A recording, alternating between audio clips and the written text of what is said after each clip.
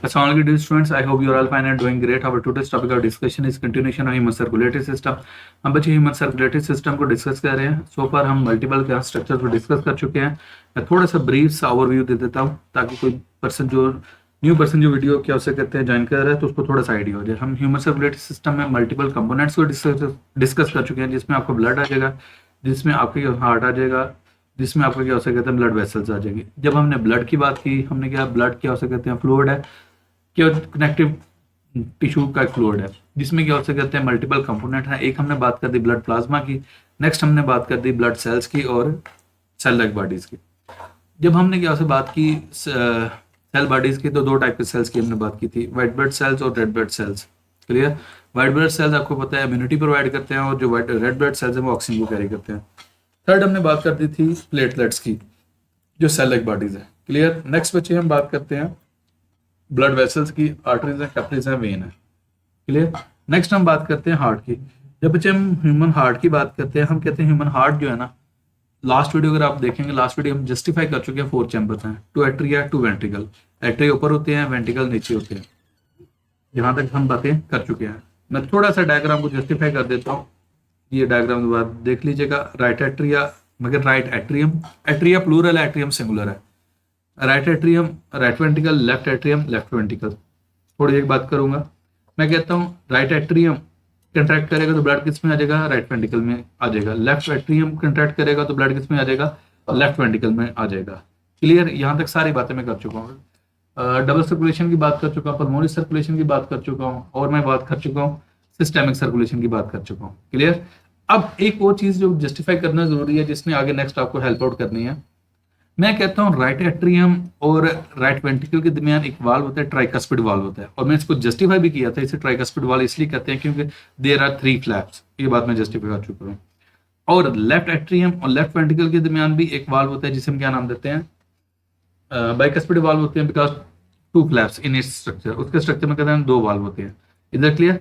अच्छा, अब अगली बात जो इंपॉर्टेंट है ना, जो वेंट्रिकल्स है ना उनके एंड पे भी वाल्व होते हैं जिसे हम कहते हैं semi lunar valve. Semi lunar. अब क्वेश्चन आता है ये सेमी ल्यूनर वाल्व क्यों कहते हैं. ट्राइकस्पिड वाल्व को मैं ट्राइकस्पिड इसलिए कहता था क्योंकि 3 फ्लैप्स हैं. बाइकस्पिड वाल्व को बाइकस्पिड वाल्व इसलिए कहा क्योंकि 2 वाल्व हैं. Question arises why this called as semi lunar valve. Semi mean half, lunar mean moon. जिस तरह के आधे चांद की शेप होती है ना, की शेप उस तरह की होती है, that's why this is called as semi lunar valve. ये याद रखिएगा चीजें. अब आपको ये वाल्व बताने की जरूरत क्यों पेश आई, इसको मैं जस्टिफाई करता हूँ. अब यहाँ पे हम क्वेश्चन बात करेंगे हार्ट बीट की. अब क्वेश्चन है यार हार्ट बीट क्या चीज है. The alternating contraction, systole and relaxation of heart chambers make one heart beat. अब एक पूरा साइकिल जिसमें आपका हार्ट के जो चैम्बर्स हैं कंट्रैक्ट करें, उसके बाद रिलैक्स करें, कंप्लीट साइकिल को हम क्या नाम देते हैं, that is called as a heart beat. अब क्वेश्चन है इसमें क्या हो सकते हैं, क्या क्या इन्वॉल्व है. इसमें आपके एट्रिया भी इन्वॉल्व है, इसमें आपके वेंट्रिकल्स भी इन्वॉल्व है. अब मैं थोड़ा सा इसको एलेबोरेट करता हूँ. राइट एट्रियम कंट्रैक्ट करेगा तो ब्लड किस में आ जाएगा, राइट वेंट्रिकल में. राइट वेंट्रिकल कंट्रैक्ट करेगा तो ब्लड किस में चला जाएगा, लंग्स के पास चला जाएगा. क्लियर. इसी तरह just like that, left atrium contract करेगा तो ब्लड किसके पास आ जाएगा, लेफ्ट वेंट्रिकल के पास आ जाएगा. लेफ्ट वेंट्रिकल ब्लड कंट्रैक्ट करेगा, ये लेफ्ट वेंट्रिकल कंट्रैक्ट करेगा तो ब्लड किसके पास जाएगा, बॉडी के पास चला जाएगा.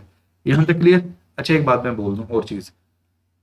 एट्रियम, राइट एट्रियम और राइट वेंट्रिकल के दरमियान जो वाल्व है ट्राइकस्पिड वाल्व है. लेफ्ट एट्रियम लेफ्ट वेंट्रिकल के दरमियान जो वाल्व है ट्राइकस्पिड वाल्व है. Is it clear. अब ये वाल्व इसलिए होते हैं ताकि जब वेंट्रिकल्स कंट्रैक्ट करें तो ब्लड बैकफ्लो करके एट्रिया में ना चला जाए. ये बात इंपॉर्टेंट याद रखिए. क्वेश्चन आता है कि राइट ट्राइकस्पिड और बाइकस्पिड वाल्व होते ही क्यों है, to prevent the backflow of blood to the atria, ताकि उन तक ना वापस चला जाए. क्लियर. अब ये जो आपकी बाइकस्पिड वाल्व, ये जो आपके सेमिल्यूनर वाल्व है, क्वेश्चन आता है ये क्यों है. ये भी इसलिए होते हैं ताकि क्वेश्चन वेंट्रिकल्स में ब्लड ना आ जाए, तो ये याद रखिएगा. एनीवेज, अब इसको देखते हैं. The average human heart beats 70 times per minute.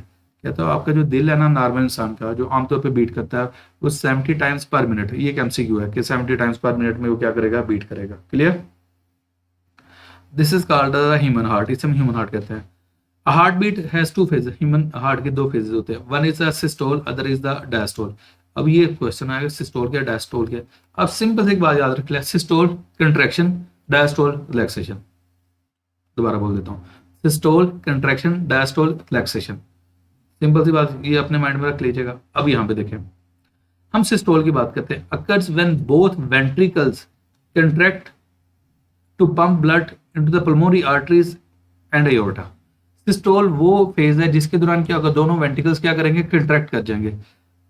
अब क्वेश्चन आता है, जब दोनों वेंट्रिकल्स कंट्रैक्ट करेंगे तो ब्लड जाएगा कहाँ पे? मैं आपसे जनरल बात करता हूँ। अब मैंने आपको कहा था राइट एट्रियम कंट्रैक्ट करेगा तो कहाँ पे आ जाएगा, राइट वेंट्रिकल। अब राइट वेंट्रिकल कंट्रैक्ट कर तो ब्लड कहाँ पे जाना चाहिए, क्योंकि इसमें कलर देख लें, कौन सा कलर है, ब्लू कलर है, तो इसका मतलब क्या है, डीऑक्सीनेटेड ब्लड है। तो इस ब्लड की क्या होनी चाहिए, ऑक्सीजनेशन होनी चाहिए। तो ऑक्सीजनेशन कहाँ पे होगी, लंग्स के पास होगी। तो जारी बात है फिर यहाँ से ब्लड किसके पास जाएगा, लंग्स के पास जाएगा। दोबारा बोल देता हूँ, उसने कहा जी यहाँ पे सिस्टोल में क्या उसमें वेंट्रिकल्स कंट्रैक्ट करते हैं तो ब्लड को भेजा जाता है पल्मोनरी आर्टरी और एओर्टा में। क्वेश्चन आता है कि पल्मोनरी आर्टरी में कौन सा चैम्बर भेजेगा और एओर्टा में कौन सा चैम्बर भेजेगा। तो इस डायग्राम को समझ लें जरा।